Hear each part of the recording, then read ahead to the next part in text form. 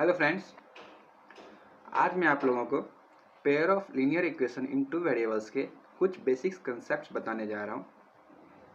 ठीक है, तो उसके लिए पहले आपको ये जानना पड़ेगा कि लीनियर इक्वेशन क्या होता है। लीनियर इक्वेशन क्या होता है? एक ऐसा इक्वेशन जो कि ax plus B Y plus C equal to 0 इस फॉर्म में होना चाहिए। क्यों इस फॉर्म में? देखिए, अच्छा, linear equation in two variable,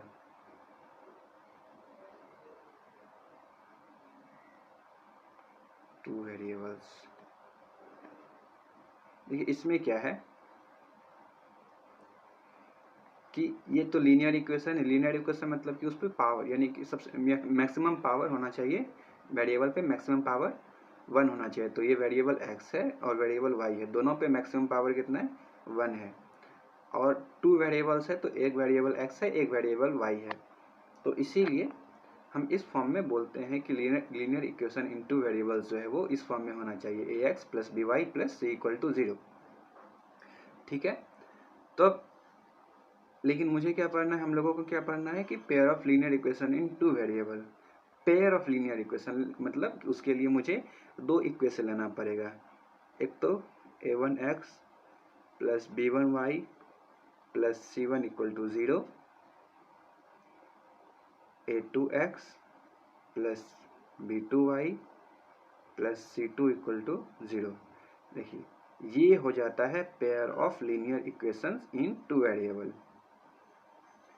अब देखिए इसको इसमें कैसे पता करेंगे कि इसका सॉल्यूशन क्या होता है। सबसे पहली बात क्यों जानते हैं सॉल्यूशन कहते किसको हैं? देखिए इसमें x और y है, इसमें भी x और y है। इसमें ये अगर इस दोनों का कुछ ना कुछ सॉल्यूशन होगा तो ये किसी ना किसी पॉइंट पे इंटरसेक्ट करेगा। ठीक है, तो जैसे जब वो इंटरसेक्ट करेगा तो जैसे मैं एक ग्राफ ड्रॉ करूँगा, एक x ये फर्स्ट लाइन है और ये सेकेंड लाइन है। ये लाइन हो गया a1x plus b1y plus c1 equal to 0 और ये हो गया a2x plus b2y plus c2 equal to 0। अगर ये दो लाइन है, ठीक है, ये दो लाइन का मैंने ग्राफ ड्रॉ किया है, मैंने इस लाइन को ड्रॉ किया है, तो ये दो लाइन कहीं ना कहीं इंटरसेक्ट हो रहा है, एक पॉइंट पे इंटरसेक्ट हो रहा है। ये इसका कोऑर्डिनेट कुछ ना कुछ तो होगा, x और y। तो यही जो x और y है इस इक्वेशन को इसको और इसको सेटिस्फाई करेगा। यानी कि यहाँ ये जो x y आएगा, यहाँ पे वैल्यू पुट करने पे उसका वैल्यू, इस इक्वेशन का वैल्यू 0 आएगा और यहाँ भी। तो इसी को इसी पॉइंट को, यानी कि इसी कोऑर्डिनेट को हम इस दोनों इक्वेशन के इस इक्वेशन के सॉल्यूशन बोलते हैं। तो देखिए ग्राफिकली हम कैसे, सबसे पहली बात सॉल्यूशन हो सकता है एक भी हो सकता है एक से ज़्यादा भी हो और नहीं भी हो सॉल्यूशन। तो सबसे पहले ग्राफिकली दो तरीका होता है, एक ग्राफिकली और एक अलजेब्रिकली।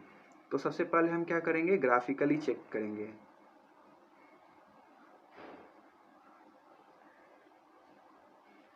ग्राफिकली चेक करेंगे कि इस दोनों इक्वेशन का सॉल्यूशन है या नहीं है। तो सबसे पहले एक बात क्या करेंगे, तीन पॉसिबिलिटी हो सकता है। पहला कि अगर लाइन इंटरसेक्ट करेगा, दो लाइन है, देखिए जब इसका ग्राफ बनाइएगा, एक ये लाइन का ग्राफ, एक ये लाइन बनेगा और एक ये लाइन बनेगा। तो जब दोनों लाइन आपस एक दूसरे को इंटरसेक्ट एट अ पॉइंट, अगर एक पॉइंट पे इंटरसेक्ट करेगा तो नंबर ऑफ सॉल्यूशन जो होगा वो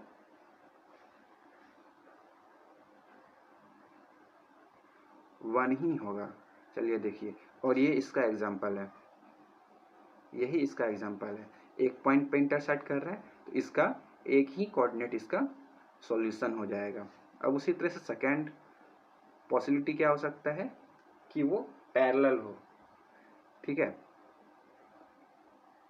दोनों लाइन आपस में पैरेलल हो। अब जब दोनों लाइन आपस में पैरेलल होगा, देखिए ये एक ये लाइन है और एक ये लाइन है, ये दोनों आपस में पैरेलल होगा। अभी मैंने बताया था कि सॉल्यूशन उसको बोलते हैं जहाँ पे कि दोनों लाइन एक दूसरे को इंटरसेक्ट करता है। ठीक है, वही कोऑर्डिनेट इसका सॉल्यूशन हो जाता है। लेकिन इस कंडीशन में कहीं भी इंटरसेक्ट नहीं कर रहा है, इसका मतलब कि इसका कोई भी सॉल्यूशन नहीं होगा। तो इसमें क्या हो जाएगा,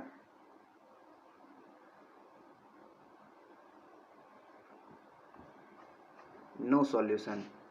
उसी तरह से थर्ड पॉसिबिलिटी क्या हो सकता है कि कोइंसिडेंस, यानी कि कोइंसिडेंट करेगा एक दूसरे पे।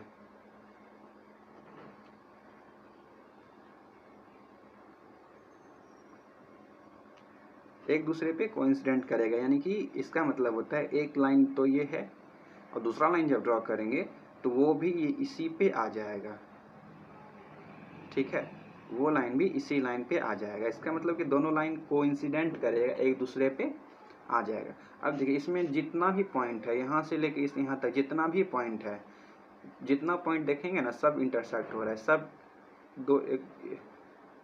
सब पॉइंट पे इंटरसेक्ट हो रहा है ना। तो इसका क्या हो जाएगा इस पे, और पॉइंट तो इसके बीच में बहुत सारा है, इन्फिनिटी पॉइंट है, तो इसीलिए नंबर ऑफ सॉल्यूशन इसमें हो जाएगा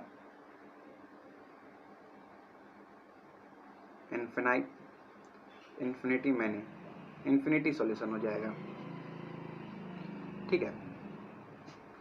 तो चलिए अब हम जानेंगे कि अलजेब्रिकली हम कैसे पता करेंगे कि इसका कितना सॉल्यूशन होगा। तो देखिए pair of linear equation in two variables में इक्वेशन किस फॉर्म में होना चाहिए, a1x plus b1y plus c1 equal to 0, a2x plus b2y plus c2 equal to 0। Condition तो इसमें भी 3 ही होना चाहिए, फर्स्ट जिसमें कि एक सॉल्यूशन, सेकंड जिसमें कि कोई भी सॉल्यूशन नहीं, और थर्ड जिसमें कि तीनों सॉल्यूशन हो, सॉरी बहुत सारा सॉल्यूशन हो। तो देखिए, तो फर्स्ट कंडीशन क्या हो जाएगा, इसमें क्या होता है कि अगर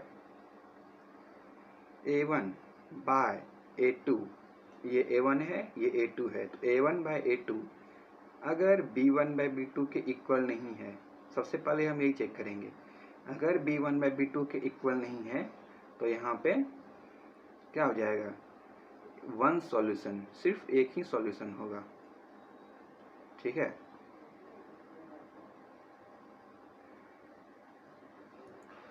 अगर यही चेक करेंगे, अगर इक्वल हो जाए तो इसके लिए दो पॉसिबिलिटी है कि देखिए बताते हैं। एक तो अगर a1 बाय a2 इक्वल हो जाए b1 बाय b2 के, ठीक है, ये तो होगा, लेकिन c1 बाय c2 भी तो है। तो सबसे पहले चेक करेंगे अगर वो c1 बाय c2 के इक्वल नहीं हो a1 बाय a2 और b1 बाय b2 तो इक्वल हो ही, ठीक है, a1 bye a2 equal to b1 bye b2 तो होगा ही, लेकिन वो दोनों जो होगा c1 बाय c2 के इक्वल नहीं होगा। इस कंडीशन में क्या होगा, देखिए ये लाइन जो होगा वो पैरेलल लाइन हो जाएगा, ठीक है, तो इसको बोलते हैं इंटरसेक्टिंग लाइन, इंटरसेक्ट करेगा तो ये दोनों लाइन क्या हो जाएगा, पैरेलल लाइन हो जाएगा। और पैरेलल लाइन में क्या होता है, नो सॉल्यूशन,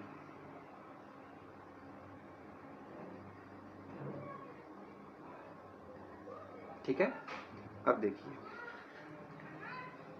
अब ये थर्ड नंबर में क्या है, अगर ये इक्वल हो जाए a1 बाय a2 ये equal to b1 bye b2 होगा, अगर ऐसा होगा, देखिए इक्वल इज नॉट, अच्छा ये equal to c1 bye c2, इसका मतलब क्या है कि दोनों सेम लाइन है, यानी कि एक लाइन पे ही दूसरा लाइन आ रहा है, तो उसमें क्या होता था, मैनी सॉल्यूशंस,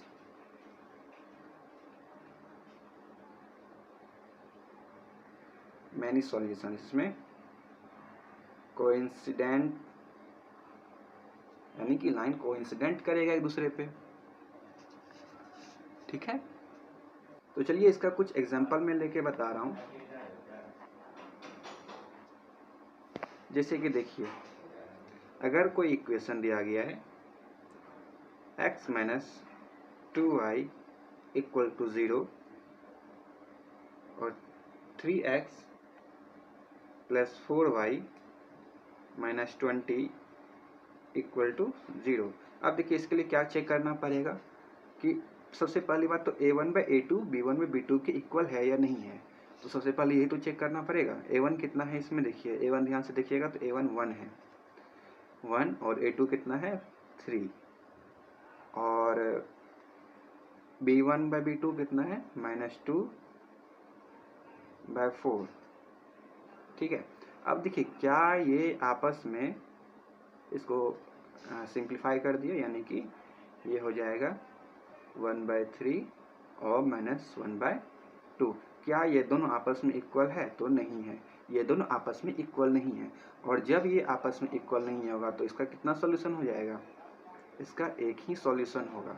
ठीक है, तो इससे पता इस इक्वेशन का पता चल गया कि इसका कितना सॉल्यूशन है। अब देखिए सेकेंड एग्जांपल में ले रहा हूँ।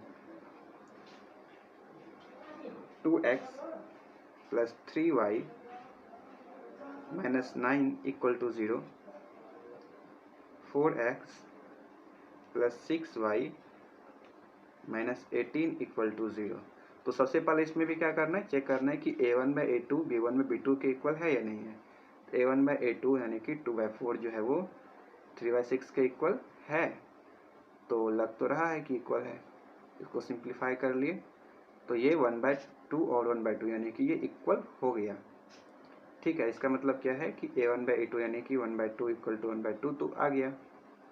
अब चेक करेंगे कि c1/c2 के भी इक्वल है या नहीं। तो c1/c2 कितना है -9/-18, तो ये भी तो 1/2 ही आ रहा है। तो देखिए अब ये तीनों आ गया इक्वल, यानी कि a1/a2 इसको लिख सकते हैं यहाँ पे कि 2/4 यानी कि a1/a2 = 3/6 = -9/-18। ठीक है, तो ये है। अगर ये कंडीशन आ गया तो इसमें क्या होता था, लाइन कोइंसिडेंट होता था, यानी कि एक ही लाइन पे दूसरा लाइन आ जाता था, और उसमें हम बोलते थे कितना सॉल्यूशंस होते हैं, मैनी सॉल्यूशंस। अब नो सॉल्यूशंस का एक एग्जांपल क्या हो जाएगा। एक एग्जांपल में ले रहा हूँ, x + 2y - 4 = 0, 2x + 4y - 12 = 0। ठीक है, इसमें a1/a2 कितना है 1/2, b1/b2 कितना है 2/4, और ये भी 1/2 के इक्वल होगा। उसी तरह से c1/c2 कितना है,